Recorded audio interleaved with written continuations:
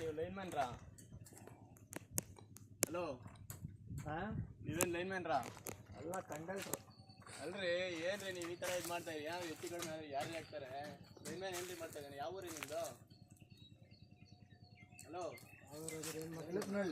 ವೆಲಪ್ನಳ್ಳಿ. ಯಾರ್ರಿ ಇದಕ್ಕೇನು ಲೈನ್ಮ್ಯಾನ್ ಯಾರು ಇಲ್ವಾ ಇಲ್ಲಿ? ಯಾರು ಇಲ್ಲ.